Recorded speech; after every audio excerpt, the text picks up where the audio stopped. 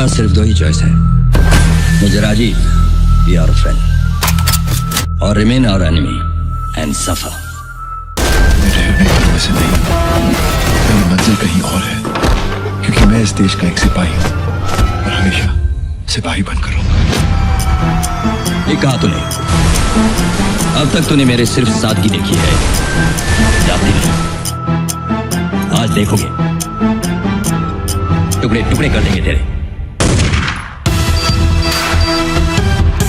तुमने अभी तक मेरे बाजों की ताकत देखी कहाँ है?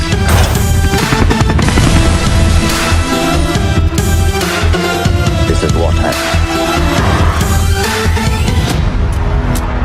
कहानी की शुरुआत में हम इंडियन आर्मी के एक सोल्जर को देखते हैं जो एक एंटी टेररिस्ट ऑपरेशन के बीच में होता है। वो सोल्जर ऑपरेशन के बीच में ही एक हाथ में फोन पकड़कर अपनी माँ से कॉल पर बात कर रहा होता है और दूसरे हाथ में उसके पास होता है एक एक्सप्लोसिव बॉम्ब। जी हाँ, वो सोल्जर अपनी माँ से कहता है कि शायद इस बार मैं अपने पैरों पर नहीं बल्कि तिरंगे में लिपट कर घर वापस आऊं, लेकिन चाहे कुछ भी हो जाए आपको घबराना नहीं है। वो सोल्जर अपनी माँ से इतना कहता ही है कि तभी वहां पर फायरिंग होना शुरू हो जाती है और वो सोल्जर जल्दबाजी में अपनी माँ से ये कहकर कॉल कट कर देता है कि वो उन्हें बाद में कॉल करेगा। इधर केरला में बुरी तरह से डर चुकी उस सोल्जर की मां बार बार अपने बेटे को कॉल करती है, लेकिन उधर कश्मीर में उनके फौजी बेटे का फोन स्विच ऑफ जा रहा होता है। वो सोल्जर अपने हाथ में एक एक्सप्लोसिव बॉम्ब को लेकर बड़ी ही सावधानी से एक घर की तरफ बढ़ने लगता है। अपने हाथ में एक्सप्लोसिव लिए टेररिस्ट की तरफ बढ़ रहा ये सोल्जर कोई आम सोल्जर नहीं बल्कि इंडियन आर्मी के 42 राष्ट्रीय राइफल्स का ऑफिसर मेजर रशीद राजलक्ष्मी नायर था। अब कहानी जाती है कुछ समय पहले। मेजर रशीद जो कि 2017 में कश्मीर के त्राल सेक्टर में पोस्टेड थे, उन्होंने और उनकी यूनिट ने मिलकर 4 मार्च 2017 के दिन त्राल सेक्टर में वहां की मेल पॉपुलेशन के लिए एक मेडिकल कैंप को ऑर्गेनाइज किया था। वैसे तो त्राल के लोगों को आर्मी के द्वारा ऑर्गेनाइज किए जाने वाले किसी भी कैंप में कोई भी दिलचस्पी नहीं थी, लेकिन जब उन्हें पता चलता है कि ये मेडिकल कैंप मेजर ऋषि ने ऑर्गेनाइज किया है तो त्राल के सभी आदमी इस कैंप में बढ़ चढ़कर हिस्सा लेते हैं। साल 2015 में त्राल में पोस्ट हुए मेजर ऋषि अच्छे से जानते थे कि अगर उन्हें इस इलाके से टेररिस्ट को खदेड़ना है तो उसके लिए उन्हें लोकल लोगों की मदद की जरूरत पड़ेगी ही पड़ेगी। इसलिए मेजर ऋषि ने त्राल में अपनी पोस्टिंग के पहले दिन से ही वहां के लोगों के साथ घुलना मिलना चालू कर दिया था। मेजर ऋषि त्राल के लोगों के घर पर खाना खाते, चाय पीते, उनके बच्चों के साथ खेलते और जरूरत पड़ने पर पैसों से भी उनकी मदद किया करते थे, जिस वजह से कुछ ही समय में त्राल के लोग मेजर ऋषि की रिस्पेक्ट करने लगे थे और टेररिस्ट को पकड़ने में उनकी जितनी हो सके उतनी मदद भी किया करते थे। यही वजह थी कि जो लोग कभी इंडियन आर्मी द्वारा ऑर्गेनाइज किसी कैंप में हिस्सा नहीं लेते थे, आज उसी कैंप में मेजर ऋषि की वजह से लोगों की लाइन लगी हुई थी।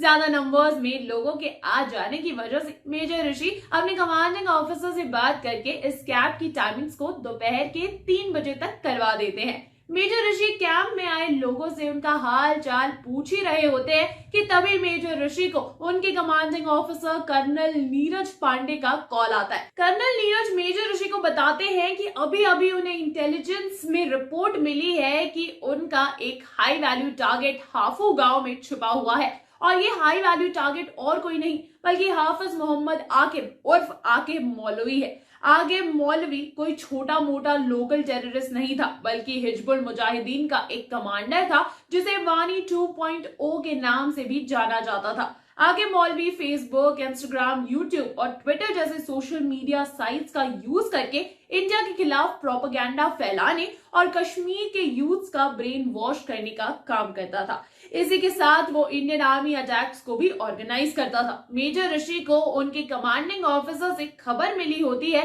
कि हाफू गांव में आकिब अकेला नहीं है, उसके साथ जैश ए मोहम्मद का एक और आतंकी सैफुल्ला उर्फ ओसामा भी छुपा हुआ है। मेजर ऋषि बिना देर किए अपनी क्विक रिस्पांस टीम के साथ हाफू गांव की तरफ निकल पड़ते हैं। शाम को 4 बजे के आसपास मेजर ऋषि और क्विक रिस्पांस टीम हाफू गांव पहुंच जाती है। गांव पहुंचते ही वहां के लोकल लोग उन पर ना पत्थर बरसाने लगते हैं, फेंकने लग जाते हैं। थोड़ी ही देर में वहां पर सेंट्रल रिजर्व पुलिस फोर्स और जम्मू एंड कश्मीर पुलिस का यूनिट भी पहुंच जाता है उनकी हेल्प के लिए। मेजर ऋषि तुरंत ही सीआरपीएफ और जम्मू एंड कश्मीर पुलिस की यूनिट्स को उन पत्थरबाजों को कंट्रोल करने का ऑर्डर देते हैं ताकि वो और उनकी क्विक रिस्पांस टीम टेररिस्ट को ढेर कर सके।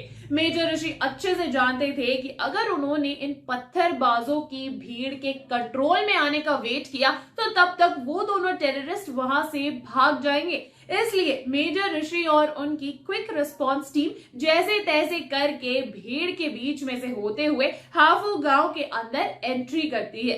इसके बाद मेजर ऋषि अपनी क्विक रिस्पांस टीम को दो की टीम्स में डिवाइड कर देते हैं और उन्हें गांव का एक एक घर सर्च करने के ऑर्डर्स देते हैं और खुद अपने बडी के साथ घरों को सर्च करने लग जाते हैं। आधे घंटे तक कई घरों को सर्च करने के बाद मेजर ऋषि बाहर सड़क पर आकर खड़े हो जाते हैं। मेजर ऋषि सोच रहे होते हैं कि शायद अब तक वो दोनों टेररिस्ट यहाँ से भाग चुके होंगे कि तभी उनकी नजर उनसे कुछ दूर एक घर के बाहर खड़े कुछ लोगों पर पड़ती है जो पत्थरबाजों की भीड़ का हिस्सा नहीं थे, ना ही पत्थरबाजी कर रहे थे।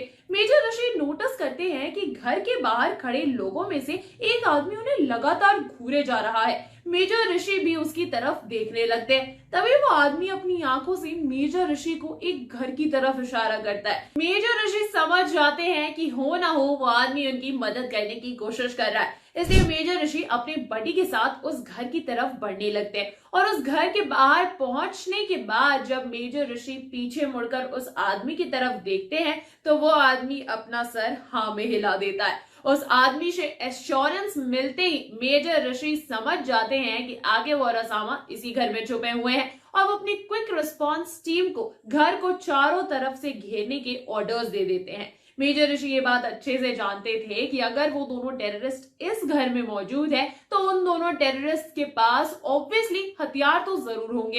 इसलिए मेजर ऋषि एक लाउड स्पीकर की मदद से उन दोनों टेररिस्ट को सरेंडर करने के लिए कहते हैं, लेकिन तभी उनके ऊपर फायरिंग होना शुरू हो जाती है। मेजर ऋषि की बात अभी पूरी भी नहीं हुई थी कि घर के सेकेंड फ्लोर से उनके ऊपर ताबड़तोड़ फायरिंग होनी शुरू हो जाती है। आगे वो ओसामा बार बार अपनी पोजीशंस बदल बदल कर घर की सेकेंड फ्लोर से मेजर ऋषि और उनकी पूरी की पूरी टीम के ऊपर अपनी AK-47 राइफल से गोलियां बरसा रहे होते हैं। जल्दी सीआरपीएफ और जम्मू एंड कश्मीर पुलिस भी इस एंटी टेररिस्ट ऑपरेशन का हिस्सा बन जाती है और इसी के साथ एक जबरदस्त फायर फाइट शुरू हो जाती है। थोड़ी ही देर में शाम के 6 बज चुके होते हैं और अब टेररिस्ट की तरफ से लगातार फायरिंग हो ही रही होती है।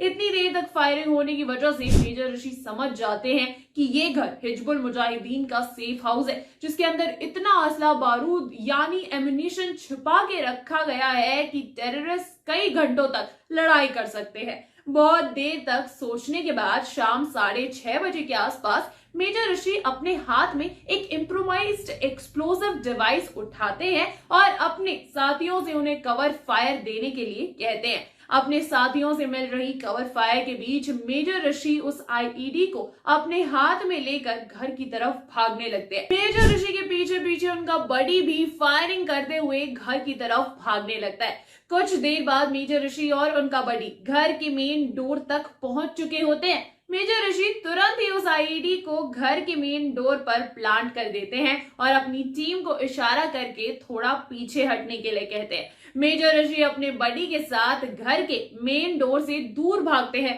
और उस आईईडी के वायरलेस डेटोनेटर का बटन दबा देते हैं।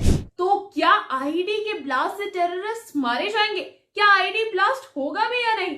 कैसे पकड़ेंगे मेजर ऋषि टेररिस्ट को भागने से? जानेंगे इस वीडियो के अगले पार्ट में दोस्तों। लेकिन तब तक आपको कैसी लगी ये कहानी हमें कमेंट सेक्शन में जरूर बताएं। साथ ही साथ अगर वीडियो पसंद आई हो तो इसे लाइक कर दीजिए यार, शेयर कर दीजिए और सब्सक्राइब करना ना भूलें हमारे चैनल बॉलीवुड स्टूडियोज को। और अगर आप भी हमारे साथ जुड़कर काम करने की सोच रहे हैं तो सोचना वोचना बंद कीजिए यार। डिस्क्रिप्शन बॉक्स में दी तो है आप लोगों को जॉब लिंक, उस पर बस आपने क्लिक करना है और इस अपॉर्चुनिटी का भरपूर फायदा उठाना है। नमस्कार।